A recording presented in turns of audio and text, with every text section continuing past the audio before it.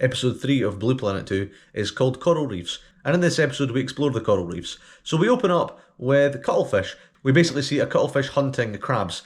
It's something that doesn't sound that interesting, but the footage of the cuttlefish is amazing. So we basically see the cuttlefish using its ability to change colour to essentially hypnotise the crab. The music that's playing is very alien. It almost seems like a UFO or something zooming in to catch this crab. It's really good, and you get a lot of close-ups of the crab, and in the background you see the cuttlefish zooming in. So it makes the cuttlefish seem actually a lot bigger than it actually is. It seems massive compared to the crab, so you get to watch it ominously zoom into the crab and catch it. It's a really good sequence. After that we see the coral grouper on the Great Barrier Reef. It's going around, it's looking for food, but it's struggling to get it. So it signals an octopus, and the octopus manages to wrap itself around the coral and catches the fish which the grouper was after.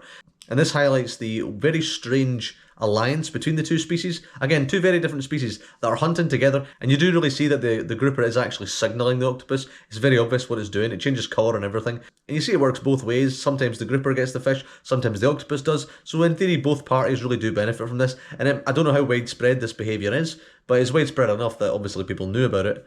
So yeah, it's really cool. Again, it's something else I didn't know. This episode, like the last one, has a lot of surprises in it. I thought that was really good. And then we talk a bit about coral itself, and basically how it functions. We got a lot of good shots of the polyps and everything. It's not as effective, I don't think, as what we got in Blue Planet, but it's filmed in a better way, so in that sense it's better. I think that's quite good. We talk about life in the reef. We basically see all these different organisms there. You see cucumbers, starfish, other fish. We do talk a lot in this episode about how diverse reefs are and how they're essentially like the tropical rainforests on land.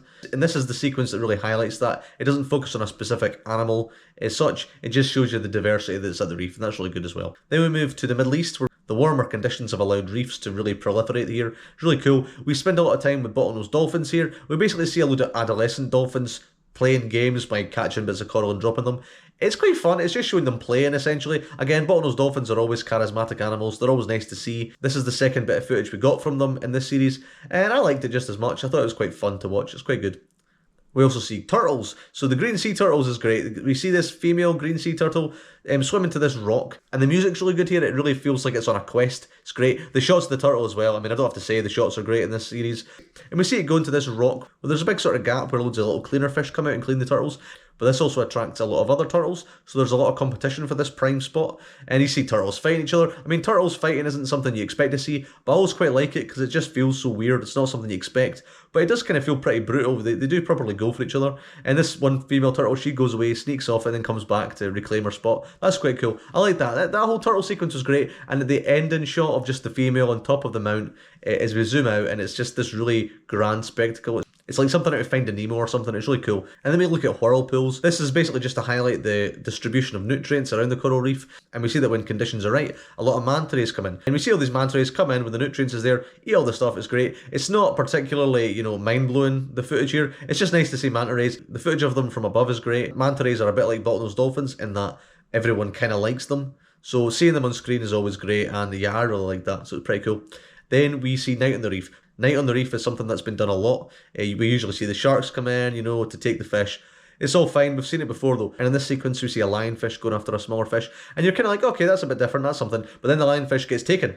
But that's when you know the sequence is going for something completely new. We see that a bobbit has got it. So a bobbit is a large polychaete worm that burrows into the sand and catches unsuspecting fish. It looks pretty creepy, it looks quite frightening, and it's absolutely brilliant. It's not an animal that I'd ever heard of before seeing this series, and we get a proper good look at the bobbit. We see it catching other fish, and even the day, while at night it's obviously a lot more efficient, a lot of fish can't see it. In the day, all these fish see it, and it's constantly having to cover itself up. But it shows that sometimes complacency kills the cat, or in this case the fish, because the bobbit catches the fish. It's a really good sequence. Again, the whole sequence of the bobbit is amazing. I mean, it's not an animal you expect to see, and it does a really good job of making it scary as well. And I like how it subverted my expectations of that sequence going in, because I was going in thinking, okay, we'll see it in the reef again. I mean, I'm sure it'll be filmed a lot better than usual, but it's going to be the same thing. Absolutely not. Great stuff. I really like that. Then we see the saddleback clownfish. It's basically showing you this family of clownfish. They've found this anemone, and if anyone's seen Finding Nemo, you know that clownfish are immune to anemone stings. And we see that the family is there, and they want to lay their eggs, but they don't have anywhere to actually lay them on, so they're looking for stuff like shells and other things, plastic bottles and stuff like that. They eventually find a coconut, which is quite good. The bit when they're trying to get the shell is quite funny, because there's a hermit crab in it. That's quite funny. This sequence is alright. It's quite long. I did kind of feel the length of it by the end. I would say it's probably the weakest part of the episode for me. Then we move on to the reefs in French Polynesia. the most isolated reefs in the world. And here we see loads of marbled grouper. So the marbled grouper, they're getting ready to mate. They basically spend all their lives in these reefs, and the males are, lining up to get the females, and there's a lot of them there. I mean, there's like hundreds of males there, and the females are all down below, and they're trying to get there. And there's a lot of grey reef sharks, and the sharks aren't really paying much attention to them at the moment, but that will obviously change as you can expect. It does kind of feel a bit like the wildebeest migration on the Masai Mara, when the wildebeest crossing the Mara River, and there's all the crocodiles waiting for them. That's kind of how you feel here. The sharks aren't like an immediate threat, but you know absolutely that as soon as they get into their territory, they will be. And basically all the males, they fight, and they get down to the females, and that's kind of fine. The main part is when they emerge from where they're hiding into the open water and spawn, and that's when the sharks get them. But we see a lot of groupers just shoot up, and it's almost like a suicide mission. The sharks are just straight in there grabbing them. It's a really good sequence. Again, I remember it being more intense the first time I watched it, but I still really liked it here. It's really good. Again, you do feel the sort of gravity of the situation for the groupers. Again, it's the last major bit of footage in the episode, and it's quite good. And then we talk about the environmental issues. So we all know that coral reefs are under threat.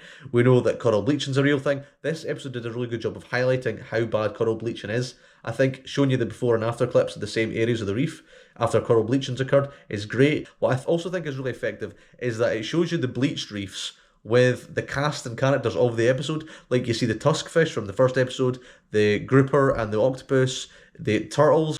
It does a good job of not only making you feel like the coral reefs are under threat, but the animals that we've just seen and the behaviour we've just seen is also probably going to die out. So I think that adds another layer to it. What I really like about this sequence is the ending, how it shows you that if the conditions are right, coral reefs can regenerate, and that's always good. And not just the coral reefs, but all the animals on there. So it kind of adds an element of hope. Whenever there's an environmental message, sometimes it can just be doom and gloom. And while, realistically, it's not great the way coral reefs are going, I think just saying it's really bad and there's nothing we can do, it doesn't really make you want to make a difference. So I think showing you that there is hope is sometimes a good thing. So I like that as well. And then we get the diaries, and the diaries is all about the people filming the marbled grouper and the grey reef sharks. This is probably my favourite diary sequence of the series so far, just because it showed you how difficult it was. They had to go back 2 years in a row because they just missed it the first time. It did a really good job of showing you how rare this behaviour is. I mean, it really happens, once a year. And, sometimes they go early, sometimes they go late, sometimes they arrive on time. You never know. It does a really good job of showing you the unpredictability of wildlife filmmaking. I think that was really good. So yeah, this episode's great. Again, it's another home run for me. This series is pretty fantastic. Highlights are probably, for me, I really like the cuttlefish. I like the ending with the groupers and the reef sharks. I also really like the grouper and the octopus. I mean, to be honest with you, the turtles, again, pretty much everything was great. What did you think of this episode? What were your highlights? Let me know in the comments below. Next week I will be doing the open ocean episode. As ever, feel free to like, comment and subscribe. As ever, don't if you don't want to, it's fine.